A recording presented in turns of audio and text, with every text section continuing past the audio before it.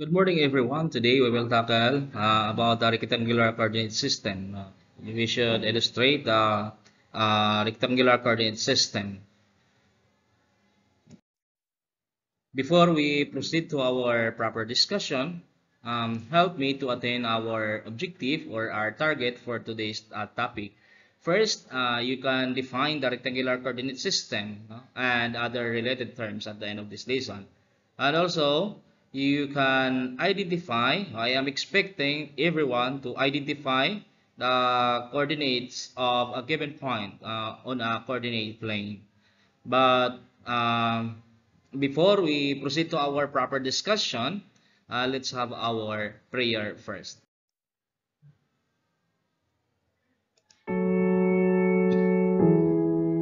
Let us put ourselves in the presence of the Lord in the name of the Father, Son, and the Holy Spirit. Amen. Good morning. Okay, and now let's have our diagnostic test. Now, here in our figure, as you can see, we have a coordinate system. Now, for the first question, which point lies in the origin? Letter A, D. Letter B, C. Letter C, A. Letter D, B. Okay, what is your answer? Okay, if your answer is letter D, then you got the correct answer. Okay, if point D is your answer, then you got the correct answer. So therefore, the answer is letter A. Now, next. Which point lies in quadrant 2? Letter A, D. Letter B, C. Letter C, A. Letter D, B. Okay, what is your answer? Okay, very good. If your answer is letter A, then you got the correct answer. Therefore, the answer is A. No? Quadrant is in quadrant 2. So therefore, our answer is letter C. Now, for the number 3 question, which point lies in quadrant 1? Okay, letter A, B, D, letter B, C, letter C, A, letter D, B. So, here in our Cartesian plane, this is our quadrant 1, therefore B is in quadrant 1. Point B is in quadrant 1. Therefore, the answer is letter D. Okay, very good. You got the correct answer. I will show you a picture here, no? So this is a very useful picture. So what can you see in the picture? Okay, so how will you describe this picture? How will you describe this figure? And why is it important in navigation? Is it important in our navigation? Yes, of course, it is very important. So, the picture shows has a relation to our topic this morning. Okay? So, our topic this morning tackle about the rectangular coordinate system or the Cartesian plane.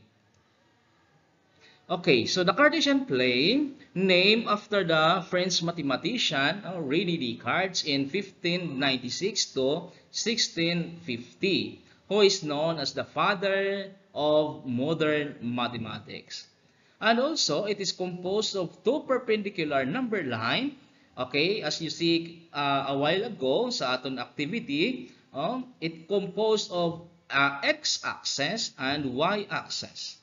The horizontal number line is called the x-axis. The horizontal number line is called the x-axis. O ito yung line na nakapahiga. And then the vertical number line is called the the y-axis. Ito yung nakapatayo na linya. Okay? When we combine the horizontal and the vertical line, we can create a Cartesian plane or a sign of cross or x. Okay? So the point of intersection of the horizontal and the vertical line is called the origin.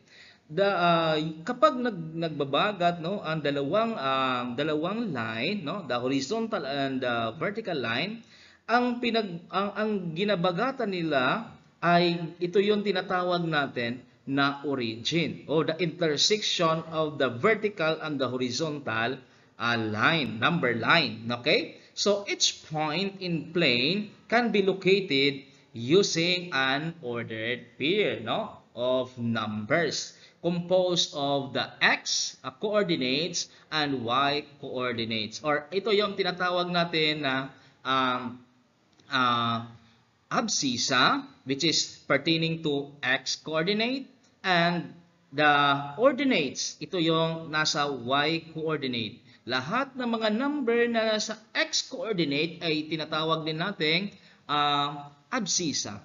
And lahat ng mga number na nasa y coordinates or ginatawag din natin itong ordinates. Okay? So the numbers in the ordered pair are called coordinates.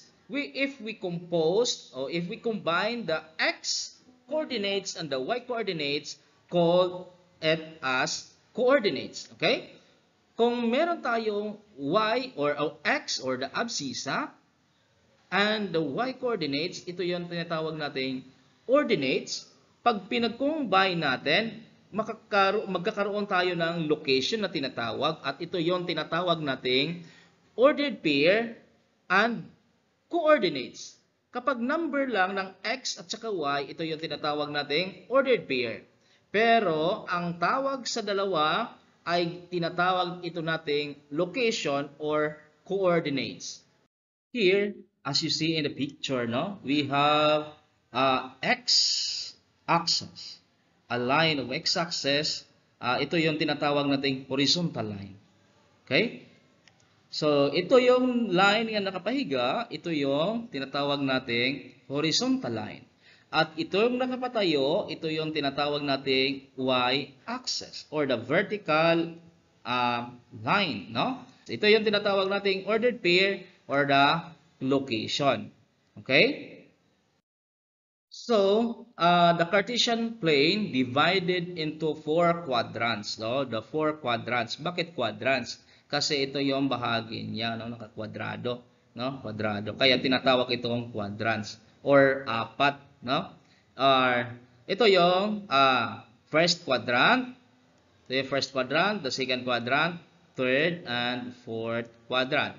Here in the first quadrant, okay, if both x and y coordinates are positive, then the point is in quadrant 1. Bakit?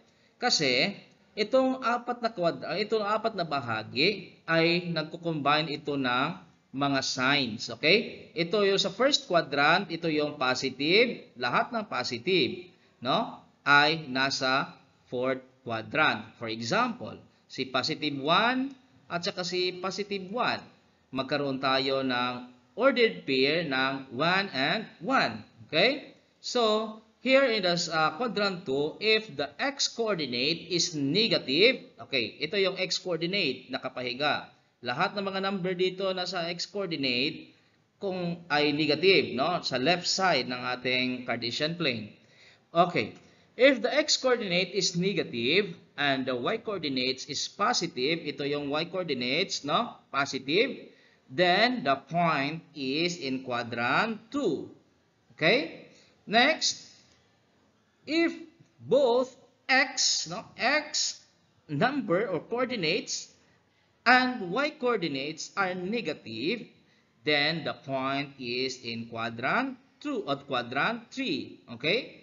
Next, if the x coordinate is positive and y coordinates is negative, then the point is in quadrant 4. Okay, here in our first activity, you can identify or you should identify the location. Suppose the books in the shelf are arranged in the following manner.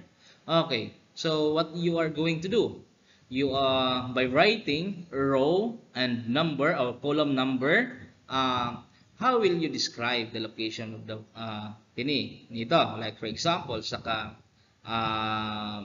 signs by writing a row and column. So, paano natin masagot yan? So, si row ay representation ng kang x at saka kang column 1 ay representation ng kang y coordinates or kang ordinates. So, si row 3 ay ordinates, and the column 1 na science textbook ay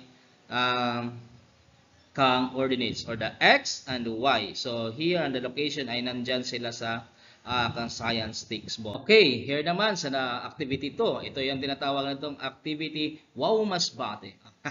Okay, so this activity is an integration of Aralin Panlipunan and geography, no? Sa Aralin Panlipunan is geography by using a localization approach. Okay, so and this activity is suitable and intended for the indigenous, no, learners and so with disabilities. Okay, so here in the number 1, let us identify the location of each point that represents a place in Masbate by completing the table here dito. By completing the table dito, no, sa left side, no? Okay, the example here sa taas is done for you. Okay, then write your answer on a spreadsheet paper. Okay, class. So in generalization, no, maps played a vital role for travelers and explorers. Maps contain vertical and horizontal lines called longitude and latitude, respectively. Okay? So in this modern day, okay, map applications and the global positioning system, or ito yung tinatawag nating GPS, in our mobile phone still utilize the use of horizontal and vertical lines, no? So kung nakikita nyo diyan sa cellphone nyo, mayroon tayong GPS, no? So it contains until now of X and Y, no? The longitude and latitude, no? Okay, so to give you the exact locations or coordinates of the place you are looking for. Here in our next activity, we have a location again from Masbate, map of Masbate, no? Okay, number 1, let us apply, no? Let us apply our lesson, no, in our real life, in real life, no. So this activity called as spotting erroneous coordinates because palaylayan ng coordinates dyan.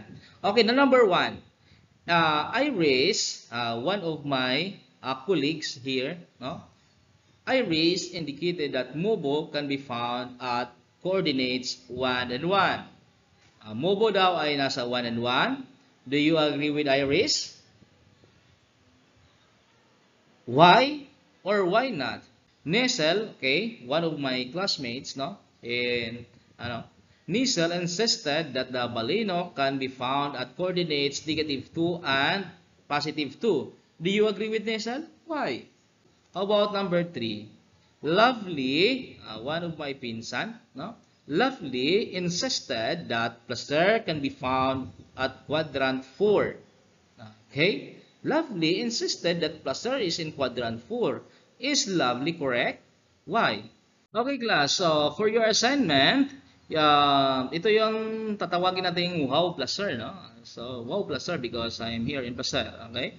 So, draw a map of Placer with a Cartesian plane on a board, no? Or on a bond paper. Put a color, no? Put a color. Then identify which barangay belongs to quadrant. Quadrant 1, quadrant 2, quadrant 3, and quadrant 4. Okay, so pwede nitong gawin diyan sa inyong place where you belong, kung saan man ang munisipyo niyo or yung municipality ninyo. Pwede niyo gawin. You put a Cartesian plane, or you draw first a map of your municipality, then level sa mga barangay kung saan yung mga barangay dyan. Then you put a Cartesian plane, number line, no? The Cartesian plane contains of x and y axis, no? Then identify which barangay belongs to quadrant 1, quadrant 2, and quadrant 3. Okay, class, good morning again, and I am Alex Ismon Leon, coming from Placer. So I hope that you gain a little or so much knowledge coming from my discussion. And once again, thank you and thank you for your listening.